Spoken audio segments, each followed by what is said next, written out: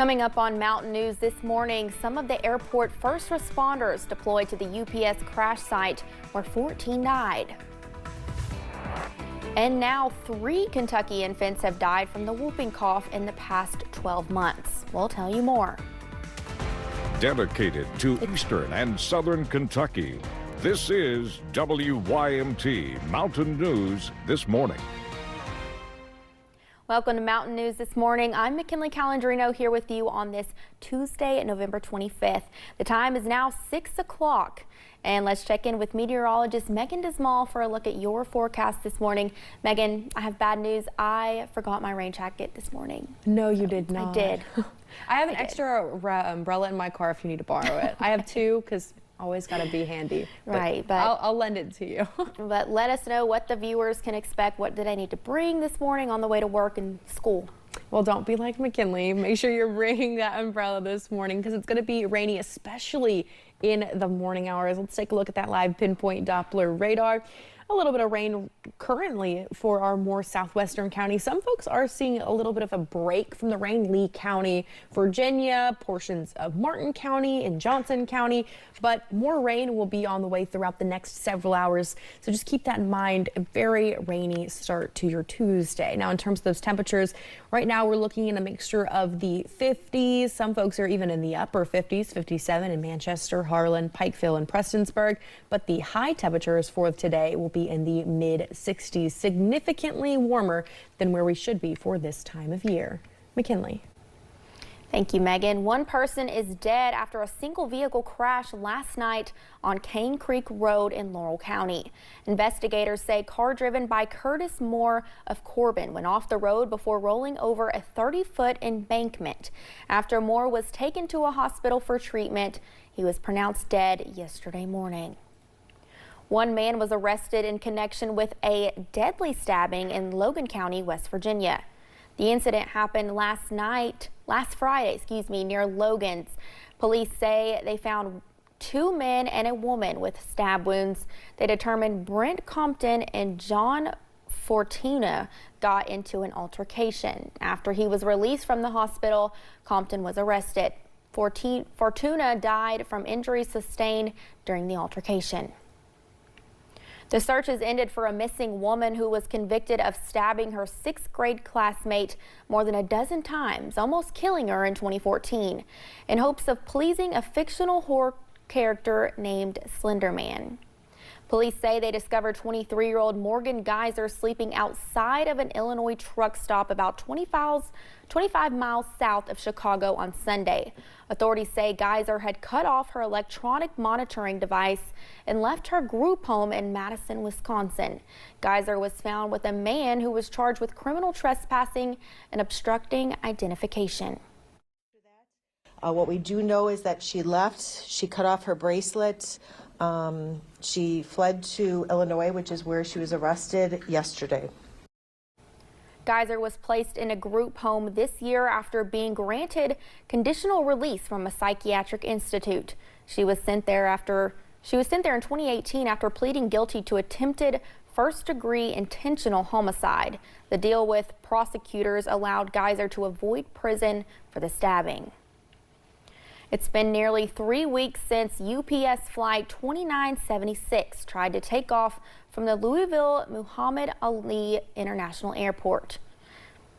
Yesterday, some of the airport first responders deployed to the crash site and talked about the incident.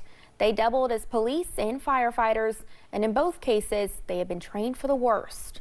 But they say what they saw on November 4th is still difficult to put into words. I saw a lot of fire, a lot of chaos. The scene was so large. We had no idea where the aircraft was at. That's our primary mission, is to find the aircraft and get to an aircraft that is involved in the collision. But you couldn't see where there was an aircraft. There was just so much smoke, so much fire. It seemed like every few seconds there was some type of an explosion that would kind of startle everybody, and everybody's looking to see where the explosion came from. 14 people were killed in the crash. The White House says it's not going to give up after the cases against James Comey and Letitia James were thrown out on Monday. A federal judge ruled that the Trump administration exceeded its authority in appointing former Trump aide Lindsay Halligan as interim U.S. attorney. Comey and James have alleged that the cases against them were politically motivated. CBS News' Bradley Blackburn has more from New York. I'm grateful that the court ended the case against me. A big victory for former FBI Director James Comey and New York Attorney General Letitia James. A federal judge dismissed the Trump administration's cases against them Monday, ruling that the prosecutor who brought them, interim U.S. Attorney Lindsay Halligan, was unlawfully appointed. The White House is pushing back. It is our position that Lindsay Halligan is extremely qualified for this position, but more importantly, was legally appointed to it. Halligan took over the role after the former U.S. Attorney for the Eastern District of Virginia was ousted for refusing to bring the cases. James faced charges of bank fraud and making false statements to a financial institution, while Comey had been charged with obstruction of Congress and making false statements during a Senate hearing back in 2020. Both deny the allegations. The message has to be sent that the President of the United States cannot use the Department of Justice to target his political enemies. Attorney General Pam Bondi has vowed to appeal. We'll be taking all available legal action. Legal experts say an appeal could be difficult for Comey's case, with the charges now beyond the 5-year statute of limitations. For James Comey, it could mean the end of the case, depending on the timing. For Letitia James, likely not. Though Bondi says she believes an appeal will be successful. Bradley Blackburn, CBS News, New York. Lawmakers for New York Attorney General Letitia James also released a statement after yesterday's ruling saying, quote, "This case was not about justice or the law. It was about targeting Attorney General James," end quote, adding they will have to continue challenge any further political motivated charges through every lawful means available. The Department of Defense is investigating Senator Mark Kelly after what it says are serious allegations of misconduct. President Trump has been pushing for Kelly, a retired U.S. Navy captain, and 5 other Democratic lawmakers to face consequences. It's over a video the group of lawmakers with military backgrounds recently posted. The Pentagon said Kelly could be recalled to active duty to face a court-martial or administrative punishment. We first reported Friday night at 11 that Georgia Representative Marjorie Taylor Greene is resigning from Congress. The news comes about a week after she had a public falling out with President Trump. Formerly a Trump loyalist, she has recently criticized the president and other Republicans over handling of the so-called Jeffrey Epstein files and the government shutdown. Greene's last day in the House will be on January 5th. As millions of Americans prepare to travel for Thanksgiving, the Secretary of Transportation is confident in the status of our rails, roads, and skies. WIMT senior national correspondent Peter Zampa reports from Newark. Just a couple of weeks ago, here at Newark Liberty International Airport, it was one of 40 major airports across the country facing reduced service because of a government shutdown.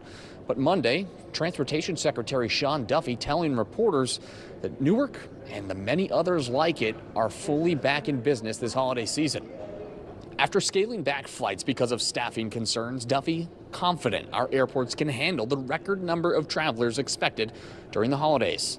However, while he says staffing is solid, Duffy says air traffic control shortages continue. The administration is also turning its focus to a new campaign to usher in what they call a golden age of travel, hoping to inspire more civility and even asking people to dress better during their travels. I would encourage people to maybe dress a little better, which encourages us to maybe behave a little better. Let's try not to wear slippers and pajamas as we come to the airport. I think that's positive. Now, Duffy says he expects 82 million Americans to travel during this holiday week, shattering records, but also testing airport personnel, airline capacity, and the patience of those travelers in whatever clothes they're wearing. Reporting in Newark, New Jersey, I'm Peter Zampa. It is a warm start to your morning and a wet start. Let's break down that forecast for you, starting off with those temperatures, mainly a mixture of those mid-50s, which is where our high temperatures of the day should be for this time of year. So it's definitely a warm start to your day. We're only going to continue to see the warmth as we head into the afternoon. High temperatures will be in those mid 60s. Now, in terms of those warmer temperatures, we're also looking at wet conditions. Rain chances already picking up this morning. Most folks seeing some of that rain or have seen that rain, and more is on the way throughout the day. Make sure you're bringing that umbrella. Widespread rain chances in the morning and midday hours, lingering rain chances in the afternoon and evening. McKinley. All right, thanks for getting your day started with us here on Mountain News this morning. Coming up, one public defender's office will now handle Casey's Law cases for free. We'll tell you more about the reason why.